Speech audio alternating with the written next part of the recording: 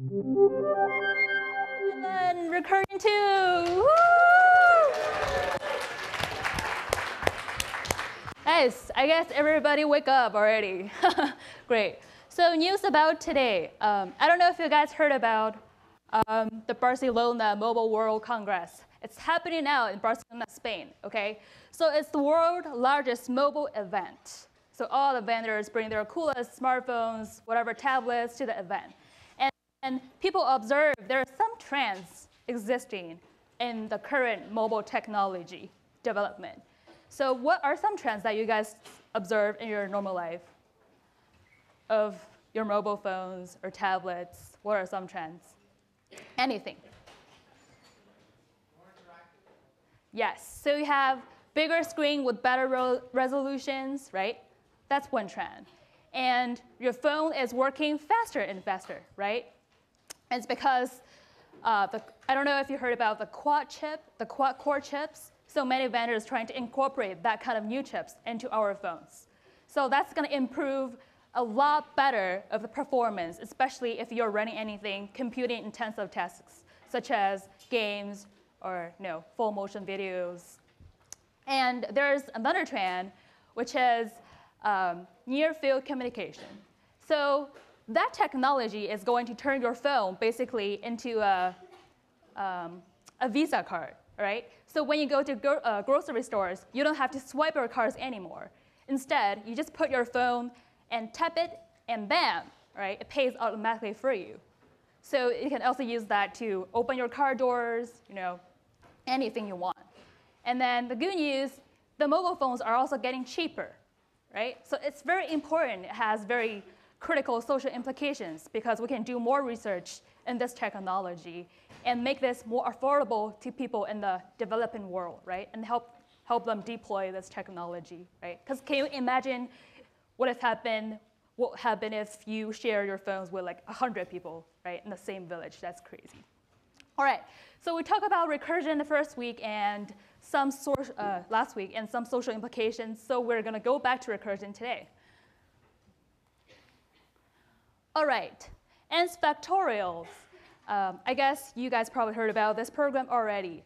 It's really the first program people, if they want to talk about recursion, is really the first one they're going to show you, okay? So it's kind of like the Hello World program. By the way, Hello World is a program that you can write. So it's very simple in structure, and that so you can show beginners the basic ideas of computers, all right? And let's look into this code. So n's factorial functions. What's 0's factorial? Yes, 1. So right here is a base case, right? It reports 1. And else, we report n times n minus 1's factorial, right? So if someone's going to ask me, Aijia, what 5's factorial is? Well, I can definitely tell you right away. But I can, but I won't. All right? So what I'm going to do is I'm going to hire a bunch of subcontractors in this class. All right? So I need 5 volunteers across the classroom. What you have to do is just stand up and then tell me your name. All right? So who's volunteering? Cool. What's your name? I'm Daniel. Daniel. OK, Daniel. And I need 4 more people.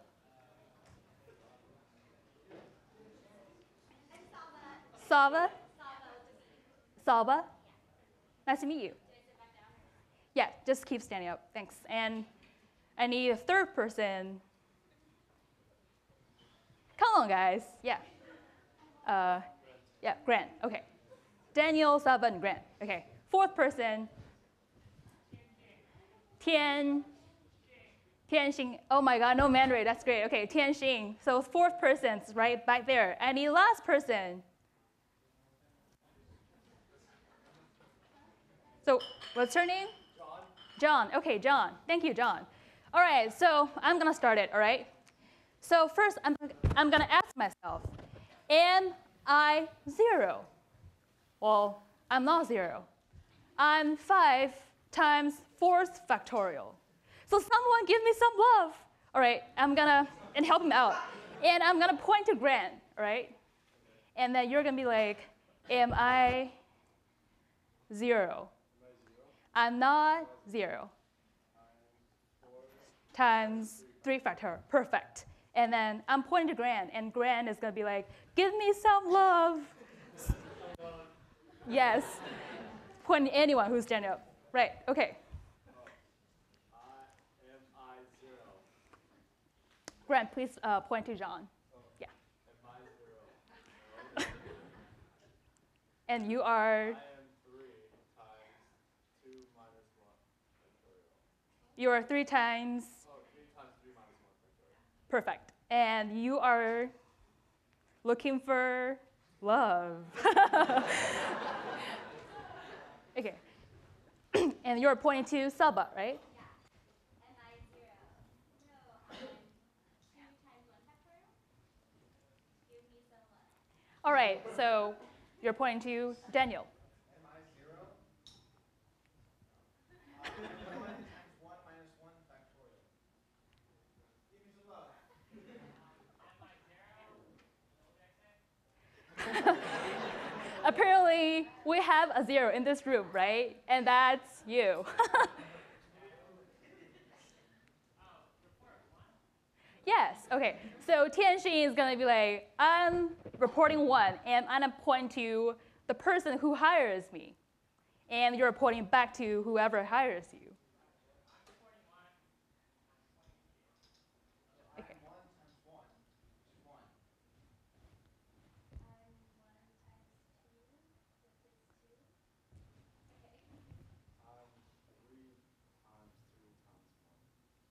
So you are 6 now. Yes, perfect.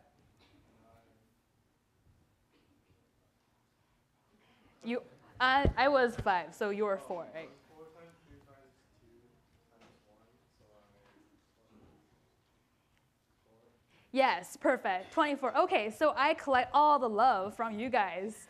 So now I know I'm 25 multiplied by 5, so which is 120. Yes, good job, people. Thank you. All right. So you guys see, this is a demonstration of how recursion actually works, right?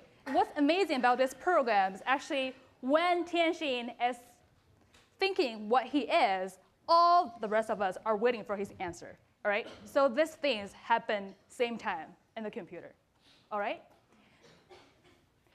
OK, so this is a much harder concept in recursion, OK? Fibonacci is a famous, is really great talent mathematicians in Italy, right, around the Middle Age. And we're going to check out a video about him. So that tells us a little history about how he discovered the beautiful mathematical sequence in the natural world. In the year 1202, Leonardo of Pisa, better known as Fibonacci, uncovered a link for merging the study of mathematics, nature, and art.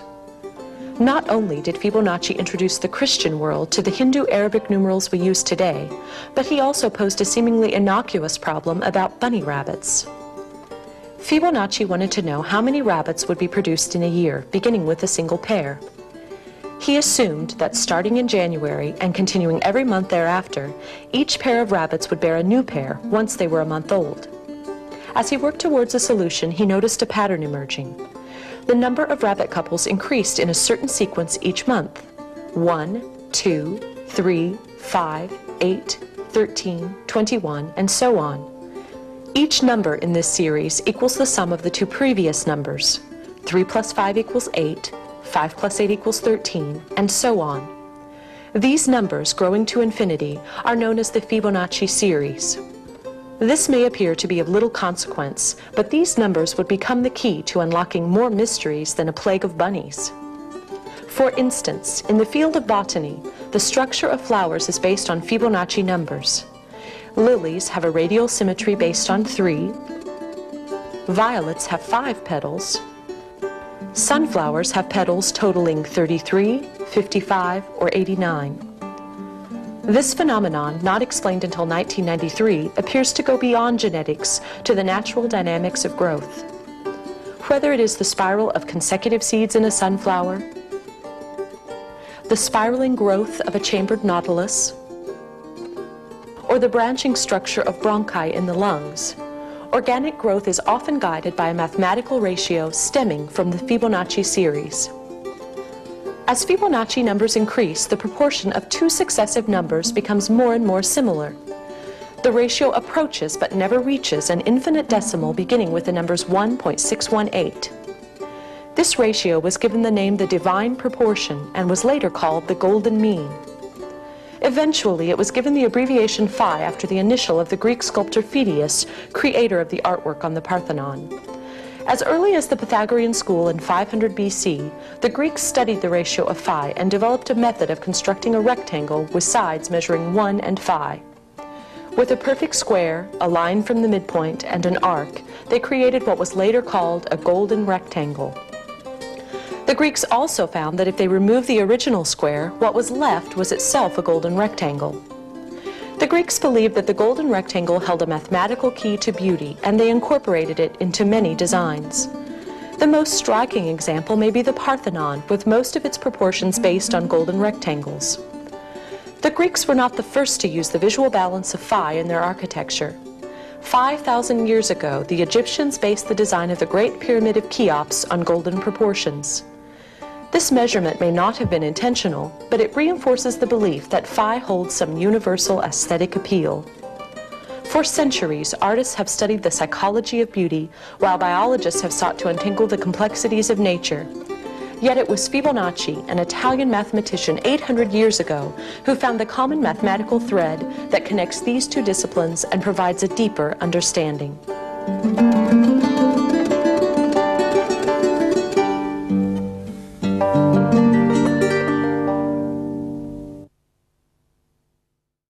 All right, so the function is Fibonacci, and we just call it Fib. So when you have n equals 1 or 0, you basically report yourself, right? Otherwise, I report the sum of the previous two numbers, right? Fib n minus 1 plus fib n minus 2, okay? So if you want to understand it visually, I have a good example. Okay.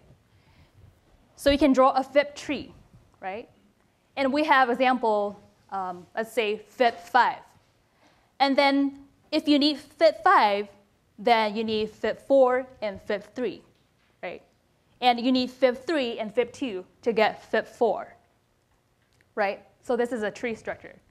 So can someone tell me, is this sort of the fast and efficient computation, or it's kind of the wasteful computation? Is it very inefficient? But here, if you look at the tree, you'll see actually we have a lot of repetitive stuff going on here, right? I have a repetitive 3, right? Everything under 3 is like repeated twice, right? And 2 and 1 is repeated for a lot of times. And then zeros are omitted here. All right.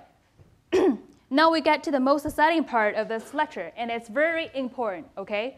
So I encourage everyone to ask questions about that later after class if you have any confusion, okay? Oops. Okay, so here's the questions. If you are given a certain amount of changes, and you're also given an infinite amount of coins, like 50 cents, a quarter, dime, nickels, and pennies. And those are infinite amount. So how many ways are there to make changes? Don't look at your slides. Don't look at your handouts, okay? So if we have 5 cents, right, we can pick either a nickel, right, or 5 pennies, right? So there are 2 ways. How about 10? 10 cents. How many ways are there to make changes out of 10?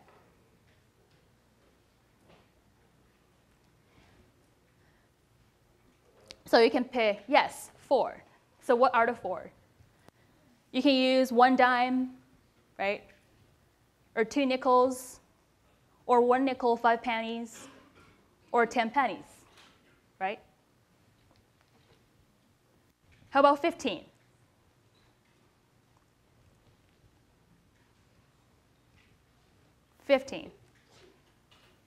a little bit more challenging. So you can still start with a dime, right? We need either a dime and 5 pennies, or a dime, 1 nickel, right? Or 3 nickels, or 2 nickels, or 1 nickel. And then think about the pennies. So the total is 6, okay? So there are 6 different ways, right? How about 100? Yeah. Did I just blow your mind? 100, right? Okay, so that's the point about this class. Once you have a super powerful program, something like this, okay, I'm quoting from Dan, all right? You can challenge anyone in the world to finish these questions. You can ask them, and no one can compete with you, all right? Because this is considered the best solutions for these questions. The amount in the example we use is 10, all right? So let's use a second example, 10 cents. And the coins is givens. Now you're given dime, nickel, and penny, right? Let's forget about the 50 and 25 cents for a moment. So the coins is actually a list, okay? And then first, let's look into the base case. My current amount is 10 cents, right? So it's not less than 0. And I still have the whole list, so the list is not empty, right? So I skip the first base case and go into the second one. But my amount is not 0, so I skip the second base case and run into the recursive case, right? And the recursive case actually is divided into 2 parts, right? So right now, I'm asking a question for myself. Am I going to use the dime or not? Am I going to use the dime in the solution or not, right? If I'm going to use it, then what I'm going to do is just subtract the amount from the current 10 cents. If I say no, then it means I'm skipping the dime. I'm removing it from the list, okay? So I have 2 choices. I can either skip this coin or use this coins, but I have to subtract the amount of the original amount. Okay. So you'll see the recursive case is 2 subsets. Okay. So this is how the magic happens. If you have questions or confusion understanding the function, hopefully, this gigantic tree can explain everything to you, okay? It looks a little bit intimidating, but trust me, it makes a lot of sense. So you start with 10 cents and the list of dime, nickels, and penny, right? And then you have 2 choices. You can either skip the coin or use that coin, okay? So I start from the top. Now I have 10 cents. And I'm saying, OK, I'm not going to use the dime. So you'll see the dime is gone from the list. And it's actually pennies and nickels are left over. But my total amount is still 10. OK? But what if I say, well, I'm going to use this dime. Then I go to the right hand, and I'm going to subtract the 10 cents from my original amount. All right? So the remaining amount is 0. But since I have infinite amount of coins that I can use, I still have choices of dime, nickel, and pennies. Okay? So this rule applies to every single node under this tree. You can either go left or right, skip or use, skip or use. Okay? Take a moment and think about this. Okay? So when we get 0 cents left in that very right end, you will see in this solution, we only use 1 dime, right? So the red D there. So it's 1 solution, okay? If we go back to the giant left branch, okay, so let's say I have 10 cents left over and I have the choice of nickels and pennies. Now I'm saying, well, am I skipping or use? If I skip, then the total amount is still 10, right? But the nickel is gone, all right? And then if I keep doing this, asking myself if I should skip or use, then we'll figure this whole long list of pennies will eventually get to 10 pennies, right? If I keep using penny, right? 1 penny, 1 penny, 1 penny, right? And the amount is being subtracted 10 times, right? So a second solution, how we use 10 pennies to make this change, okay? Does that make sense to everyone? This is like very challenging and very hard to understand, so take some time to understand it. So we know recursive case also have 3 steps, right? First is divide, and second is invoke, and the third is combine, right? So in this count change amount using coins function, what is the divide? What is the divide? How do we divide these questions in the recursive case?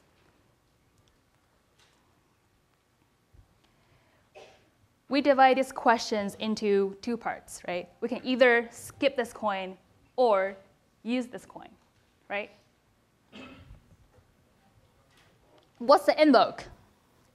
In the recursive case, we call count change amount using the list itself, right?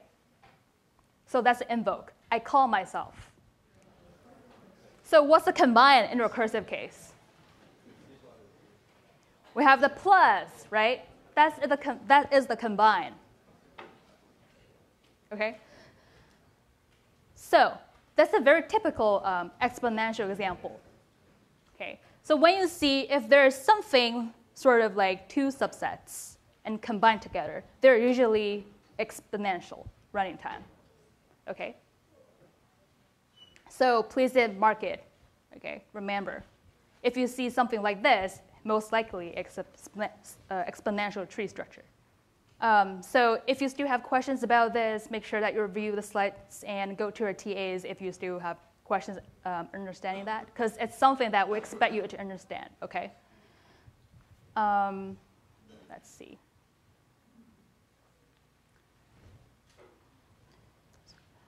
Actually, if you go to CS10 website, you can download this program, which is already written in there. Okay. Okay. So this is the first example we use, n's factorial. Okay.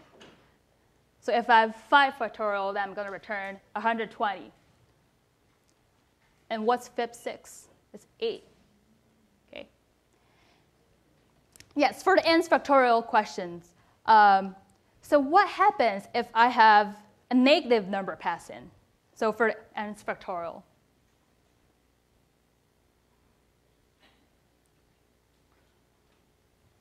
What if n is a negative number? What's going to happen? BYOB is going to die, okay? The computer is going to crash because it's going to cause an infinite recursion case, all right? Why?